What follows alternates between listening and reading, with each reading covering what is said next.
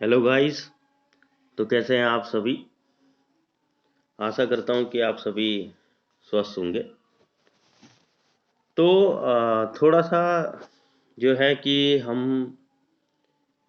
जो इतिहास के सीरीज पर चर्चा कर रहे थे। माफ़ी चाहूँगा कि कुछ समय के लिए थोड़ा सा डिले हो गया। थोड़ा सा उस चीज़ को जो है कुछ प्रॉब्लम आ गई थी, तो उस कारण से थोड़ा थोड़ा सा उसे रोकना पड़ा। तो दोबारा से स्टार्ट करते हैं और आगे जो है आगे इस विषय पर चर्चा करेंगे। तो आगे जो हम चर्चा करेंगे वो हम कंपनी के जो जो उनका जो इंडस्ट्रियल जो या जो कमर्शियल जो इम्पैक्ट था, उसका जो विस्तार हुआ वो कैसे हुआ था। तो हम बात करेंगे 1600 से लेकर और 1744 तक के बीच की। ठीक है। तो 1600 से लेकर और 1744 तक के दौर में जो है जो कंपनी थी, जो ईस्ट इंडिया कंपनी थी, उसने कहीं न कहीं अपना एक आप बोल सकते हैं कमर्शियल इम्पैक्ट जो है वो देना शुरू किया था। तो भारत में ईस्ट इंडिया कंपनी की शुरुआत बहुत ही मामूली रही और 1623 तक इसने सूरत, भड़ौच, अहमदाबाद, आगरा और मसूलीपट्टनम में फैक्ट्रियाँ स्थापित कर ली थी। और साथ में ही जो है आरंभ से ही अपने व्यापार और कूटनीति के साथ-साथ युद्धों का भी उन्होंने सहारा लिया। जिन क्षेत्रों में फैक्ट्रियाँ स्थापित थीं, उन पर कब्जा करने के भी प्रयास किए गए। तो 1623 तक उन्होंने क्या किया कि सूरत हो गया, आपका अहमदाबाद में जो भड़ौच है, वहाँ पर आगरा हो गया, मसूलीपट्टनम हो गया, वहाँ पर अपनी जो है फैक्ट्रियाँ स्थापित कर दी। फिर दक्षिण भारत में परिस्थितियां अंग्रेजों के लिए अधिक अनुकूल थी, क्योंकि वहां उन्हें किसी शक्तिशाली भारतीय सरकार का सामना नहीं करना पड़ा। हाँ, उत्तर भारत में उन्हें राजपूतों के या राजाओं के साथ में जो है संघर्ष जरूर करना पड़ा, लेकिन दक्षिण भारत में परिस्थितियां थोड़ा सा अलग थी। वहां पर उनको ज्यादातर इन चीजों पर ज्यादा जोर नहीं देना पड़ा, क्योंकि वहां पर उन्हें भारतीय सरकार का कुछ ज़्यादा सामना करना नहीं पड़ा। दरअसल में इसका मेन कारण ये भी था, क्योंकि दक्षिण भारत में ज़्यादातर चोर और चालुक्य वंश के ज़्यादातर वो थे चोर। चोल चेर और जो आपके चालुक्य थे, वही जो है दक्षिण भारत तक सीमित थे। विजयनगर का महान साम्राज्य 1565 में ही नष्ट हो गया था, जिसकी जगह उनके छोटे और कमजोर राज्य खड़े हो गए थे। तो उन्हें लालच देकर बहलाना और उनकी शक्ति से जो सैनिक शक्तियां थी, उनको हराना बहुत ही आसान था। ठीक है। क्योंकि वो उस समय तक जो है वो चीजें खत्म हो चुकी थी। तो इस कारण से जो है कि उनका साम्राज्य नष्ट होने के कारण जो है कि उनको लालच देना बहुत मतलब आसान हो गया। तो अंग्रेजों ने दक्षिण में अपनी पहली फैक्ट्री मसूलीपट्टनम में, ये मैं आपको अवगत करवा दूं कि जो मसूलीपट्टनम है, ये दक्षिण भारत में पड़ता है और दक्षिण भारत में सबसे पहली जो अपनी जो इंडस्ट्री लगाई थी अंग्रेजों ने, वो मसूलीपट्टनम में लगाई थी, 1611 में स्थापित की। पर उनकी जो गतिविधियों का जो केंद्र था वो मद्रास बन गया। ठीक है। तो फिर उन्होंने 1639 में वहां के स्थानीय राजा ने उन्हें वो जो पट्टा था, जो मतलब बोलते हैं ना उस समय पट्टा सिस्टम होता था, तो वो पट्टा उन्होंने उसको उनको दे दिया कि भाई आप यहाँ पर क्या कर सकते हैं, अपनी ईस्ट इंडिया कंपनी वो कर सकते हैं।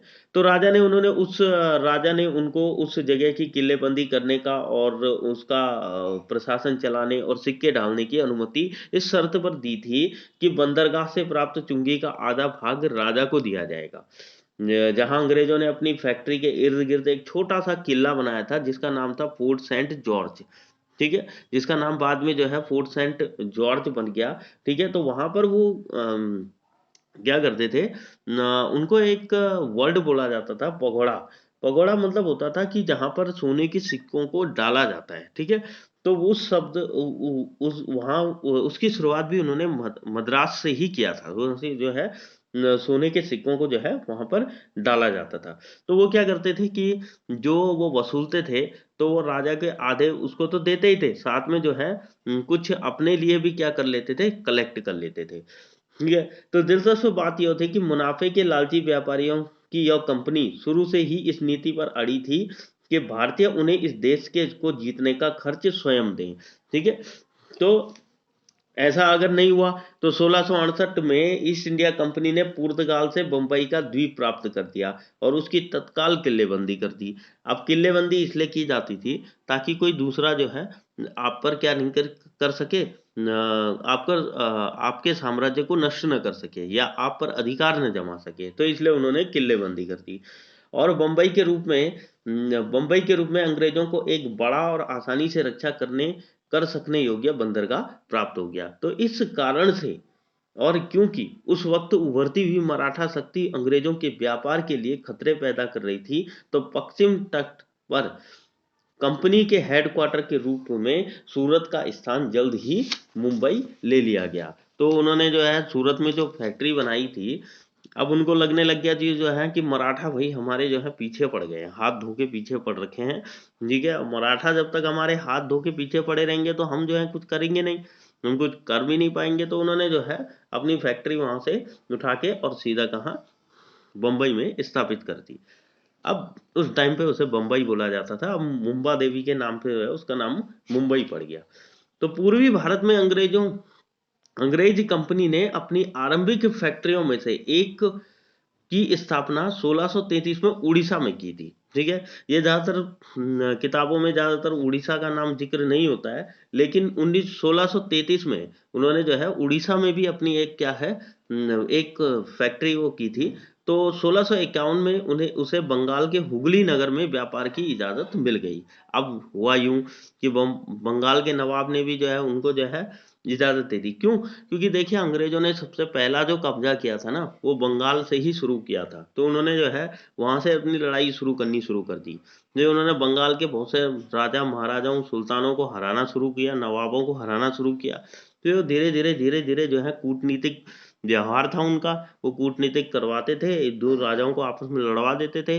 ठीक है, तो ऐसे में ही वो जो है दिल्ली तक पहुंच गए। अब दिल्ली के आजम शाह को उन्होंने हरा दिया, उनको भी उसको सजा दे दी और उसको मार दिया। उसके बाद जो है उसने वहां पर पूर्ण रूप से अधिकार करना शुरू कर दिया। उसके बाद तब कंपनी ने जल्द ही पटना, बलासोर, ढाका और बंगाल विहार के दूसरे स्थानों पर भी फैक्ट्रियां खोल दी। अब उसकी इच्छा थी कि बंगाल में उसकी एक स्वतंत्र बस्ती होनी चाहिए। ठीक है, अभी तक तो उन्होंने सिर्फ फैक्ट्री डाली, अब वो सोचने लग गया कि भाई हमें तो जो है शासन करना है, हमें सिर्फ फैक्ट्री नहीं खोलनी है। ईस्ट इंडिया कंपनी जो है आई तो उद्देश्य व्यापारिक उससे थी, लेकिन उनका मेन मोटिव बाद में जो है जब उन्होंने इंडिया को देखा कि इंडिया भारत जो है इतना सशक्त है अपने आप में, यहाँ पर व्यापार जो है बहुत अच्छा चलेगा और इन भारतीयों को जो है इनमें एकता नहीं है। ठीक है, इनको जो है यहाँ के राजाओं में एकता नहीं है, तो इनको जो है अपने उसमें किया जा सकता है और इस भारत को गुलाम बनाया जा सकता है। ठीक है, तो वो ये सोचने लगे। अब अब वो भारत में राजनीतिक सत्ता स्थापित करने के सपने देख रही थी ताकि मुगलों को मजबूर करके व्यापार में मनमानी करने की छूट ले ली जाए। तो भारतीयों को अपना माल सस्ता बेचने और कंपनी का माल महंगा खरीदने के लिए मजबूर किया जा सके। प्रतिद्वंदी यूरोपीय व्यापारियों को बाहर रखा जाए और कंपनी का व्यापार भारतीय राजाओं की राजनीतियों से स्वतंत्र रहकर जारी रहे। ठीक है, अब मैंने आपसे बोला ना कि वो क्या करना चाहते थे, एक कूटनीतिक व्यवस्था थी उनके अंदर, एक कूटनीतिक बोलते हैं ना, एक कूटनीतिक माइंड था, एक दिमाग लेके चलते थे कि भाई हमें जो है कि पहले वो सिर्फ व्यापारिक उससे आए थे, लेकिन बाद में उन्होंने कहा अब हमें जो है राजनीतिक सत्ता लेनी है। और पॉलिटिकल सत्ता लेने का मतलब, पॉलिटिकल सिस्टम में आने का मतलब होता है कि हमें जो है इस देश में एडमिनिस्ट्रेटिव सिस्टम को बदलना है। ठीक है, यहाँ पर जो है अपने अधिकार रखने हैं, जितना हम अपने अधिकार रखेंगे उतना जो है हमारे लिए सही होगा, उतना जो है हम भारतीयों को मजबूर कर सकते हैं, मुगलों को मजबूर कर सकते हैं और उनको जो है अपना सामान उनको सस्ता बेचने और कंपनी का सामान महंगा खरीदने के लिए उनको क्या किया जा सकता है, क्या किया जा सकता है, मजबूर मजबूर किया जा सकता है। तो राजनीतिक संस्था स्थापित करके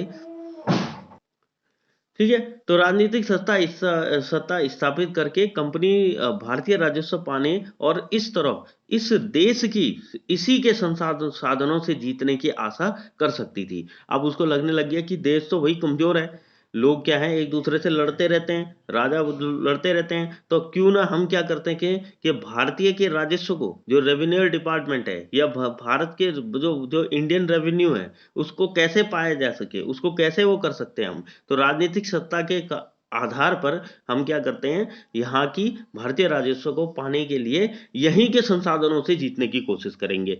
ठीक है, तो उन्होंने ये सोचना शुरू कर दिया और उस समय ऐसी योजनाएं खुलकर सामने रखी गई थी। ठीक है, तो फिर उसके बाद जो है कि 1686 में जब अंग्रेजों ने हुगली को तहस नहस कर दिया, तो मुगल सम्राट के खिलाफ युद्ध की घोषणा कर दी और तब दोनों के बीच शत्रुता की शुरुआत हो गई। अब जो है मुगल और अंग्रेज एक दूसरे के क्या है, शत्रु होने लग गए। अब पर अंग्रेजों ने स्थिति की पूरी तरह गलत समझा था। ठीक है, उनको लगा कि जो है कि मुगल तो बहुत कम है, उनकी शक्ति तो हमारे सामने कुछ नहीं है। तो औरंगजेब के शासन में मुगल साम्राज्य अभी भी ईस्ट इंडिया कंपनी की मामूली ताकत पर बहुत भारी था। अब उनको लगा कि भाई मुगल तो ऐसे ही है, ठीक है, उनके बीच में बनती तो है नहीं। ठीक है, और हम उन्हें आसानी से जो है उनको उनके जो है साम्राज्य के अंदर घुसकर हम क्या कर सकें, उन्हें नष्ट कर सकते हैं। लेकिन वो समझ नहीं पाए कि औरंगजेब अपने आप में एक बहुत शक्तिशाली और एक प्रतिद्वंदी योद्धा था। ठीक है, तो कहीं न कहीं जो है उनकी ताकत जो है उसके सामने कम हो गई। ठीक है, तो युद्ध का अंत अंग्रेजों के लिए घातक रहा। उन्हें बंगाल स्थित उनकी फैक्ट्रियों से खदेड़ दिया गया। वे गंगा के मुहाने के एक द्वीप में शरण लेने के लिए बाध्य हो गई, जो बीमारियों का गढ़ था। ठीक है, अब क्या है, उनको लगा कि भाई ये तो आसान हो जाएगा कि हम मुगलों को हरा देंगे। लेकिन वहां हुआ ये कि मुगलों ने और उल्टा औरंगजेब उन पर भारी पड़ गया और उनको जो है वहां से भागना पड़ा। अब जब उनको वहां से भागना पड़ा, कई लोगों को खदेड़ दिया गया, बाहर निकाल दिया गया, तो उनको जो है एक द्वीप में शरण लेनी पड़ी और फिर वो वहां पर बीमार हो गए, वो जो कि एक बीमारियों का गढ़ था। तो उनका सूरत, मसूलीपट्टनम, विशाखापट्टनम स्थित फैक्ट्रियों पर भी कब्जा हो गया। अब बंबई स्थित उनके किले पर भी घेरा पड़ गया और यह देखकर अंग्रेज अभी मुगल शक्ति से लड़ने में समर्थ नहीं रहे। उन्होंने एक बार फिर झुककर दरबार में हाजिरी बजाई और प्रार्थना की कि उन्होंने जो अपराध किए हैं उन्हें क्षमा किया जाए। मैंने कहा ना आपसे, जो वही कूटनीतिक वाली करेंगे।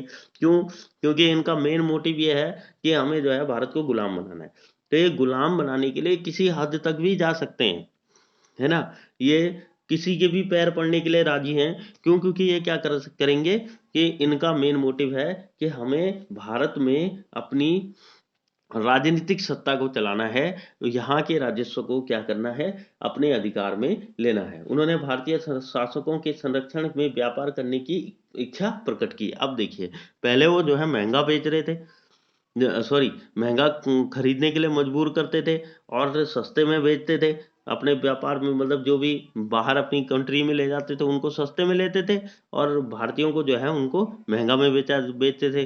तो अब देखिए, सॉरी, महंगा महंगा बेचना मतलब भारतीयों को महंगा खरीदने के लिए मजबूर करते थे। और अब देखिए, अब उन्होंने कहा कि हम जो है भाई जो है जो हम व्यापार कर रहे हैं उसका संरक्षण करेंगे। और जाहिर है कि उन्हें सबक मिल चुका था। लेकिन मुगल सम्राट में व्यापार संबंधी छूट लेने के लिए एक बार फिर उन्होंने चापलूसी और विनम्रता का सहारा लिया। मैंने कहा ना कि उन्होंने जो है दोबारा से जो है वही चापलूसी और वही विनम्रता उन्होंने जो है दिखानी शुरू कर दी थी, क्योंकि उन्हें पता था कि अगर हम यहाँ पर भी जो है चापलूसी का सहारा नहीं लेंगे तो हम जीतने वाले नहीं। ठीक है, तो वही है, कूटनीतिक बोलते हैं जिसे, कूटनीतिक व्यवहार था एक। ठीक है, तो मुगल अधिकारियों ने अंग्रेजों की बदमाशी को फौरन माफ कर दिया। वे यह तक नहीं जान सके कि हानिकारक दिखने वाले ये विदेशी व्यापारी एक दिन देश के लिए गंभीर खतरा बन सकते हैं। अब उन्हें ये तो पता ही नहीं चला, तो बेचारे जो है उनको जो है माफ कर दिया। ठीक है, इसके बजाय उन्होंने यह मान लिया कि कंपनी के द्वारा किए गए जितने भी विदेशी व्यापार हैं वो भारतीय दस्तकारों और व्यापारियों को लाभ होता है। तो इस कारण से खजाने की आमदनी भी बढ़ी है। तो जब वो बढ़ रही है तो इसका मतलब कि इनको माफ कर दिया जाए, ठीक है, इनको व्यापार करने ही दिया जाए। लेकिन वो ये नहीं समझ पाए कि चापलूसी और विनम्रता का सहारा लेने वाले जो अंग्रेज हैं वो अगले दिन जो है आगे चलकर इस देश पर क्या करेंगे, शासन करेंगे, राज करेंगे। ठीक है। इसके अलावा जमीन पर कमजोर होने के बावजूद अंग्रेज समुद्रों में काफी मजबूत थे। उन्होंने इसीलिए वे ईरान, पश्चिमी एशिया, उत्तरी और पूर्वी अफ्रीका तथा पूर्वी एशिया के साथ होने वाले भारतीय व्यापार और जहाजरानी को पूरी तरह से तहस नहस करने में भी समर्थ थे। उसके बाद 1698 में कंपनी ने सूतानाटी, कलिकत कलिकत्ता, गोविंदपुरी की जमींदारी प्राप्त कर ली और वहां उन्होंने अपनी फैक्ट्री के इर्द गिर्द फोर्ट विलियम नाम का किला बनाया। यदि यही गांव जल्द ही बढ़कर एक नगर बन गया और अब यह कलकत्ता कहलाता है, जिसको अब आप कलकत्ता भी नहीं बोलते हैं, आप कोलकाता बोलते हैं। ठीक है। तो 1717 में कंपनी के सम्राट फारूक शेयर से एक फरमान प्राप्त किया, जिसमें 1691 में उन्हें विशेषाधिकार दोबारा से मान्यता प्राप्त हो गई। अब 18वीं सदी के पूर्वार्ध में बंगाल पर मुर्शिद कुली खान और अलीवर्दी खान जैसे शक्तिशाली नवाबों का शासन था। वे अंग्रेज व्यापारियों पर कड़ा नियंत्रण रखते थे और अपने विशेषाधिकारों के दुरुपयोग से उन्हें रोकते थे। उन्होंने अंग्रेजों को कलकत्ता की किलेबंदी को मजबूत करने और नगर पर स्वतंत्र रूप से शासन करने की छूट भी नहीं दी थी, जहां ईस्ट इंडिया कंपनी नवाब की एक जमींदार होकर रह गई। अब देखिए, अब आगे क्या होता है। अभी तो अंग्रेज जो है थोड़ा बीच में जो है शांत पड़ गए। उनको लगा कि भाई नहीं, अभी तो करना नहीं है। क्यों? क्योंकि अगर हम अभी करते हैं तो फिर तो दिक्कत हो जाएगी।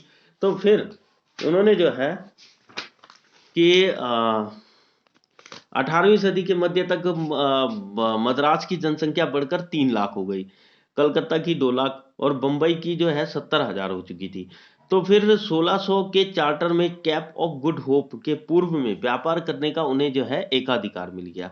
अब 15 वर्षों के लिए दिया गया था। ठीक है। अब जो 1600 में जो उन्हें चार्टर एक्ट के अंतर्गत जो भी कैप ऑफ गुड होप के अंतर्गत जो भी व्यापार करने का जो एकाधिकार मिला था, वो 15 वर्षों के लिए मिला था। तो इस कंपनी का स्वरूप एक पूरी तरह से बंद निगम या इजारेदारी जैसा था।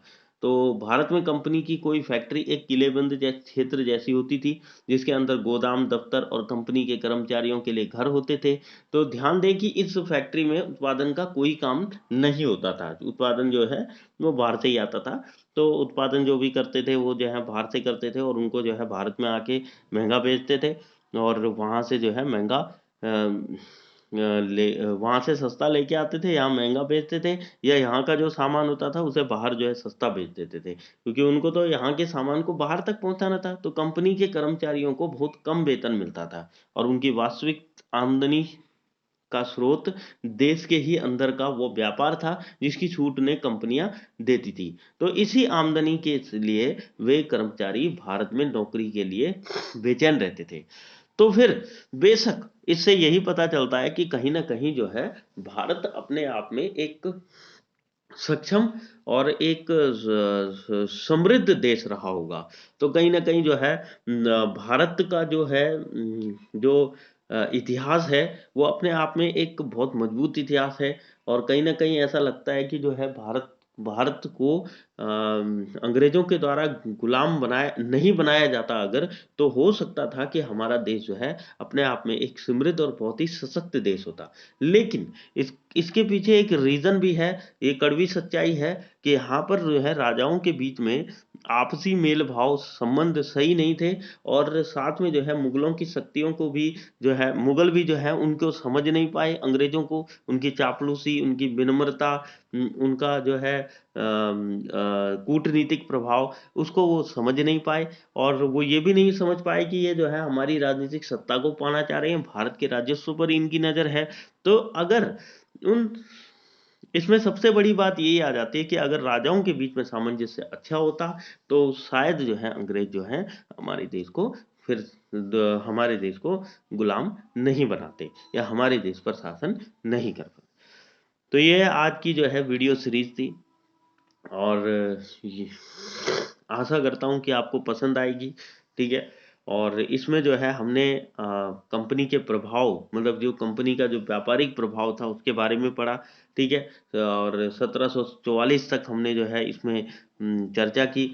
इससे आगे हम जो है, जो मैं आपके सामने जो नया जो वीडियो सेशन लेके आऊँगा, उसमें हम दक्षिण में भारत और फ्रांसीसियों के मध्य जो टकराव हुए थे उसके बारे में चर्चा करेंगे।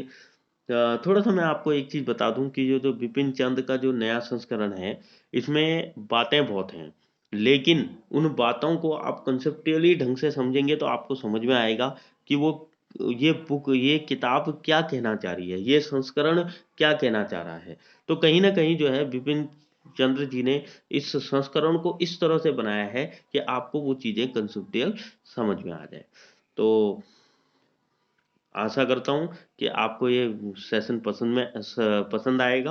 आप, और सबसे ज़रूरी और सबसे महत्वपूर्ण जो बात, कि अपने स्वास्थ्य का ख्याल रखें और स्वयं को जो है स्वस्थ रखें, और हमेशा जो है अच्छा और पौष्टिक आहार खाएँ, और साथ-साथ में जो है घूमने भी जाएँ, और यही चीज़ें जो हैं आपके लिए, आपके स्वास्थ्य के लिए लाभप्रद होंगी।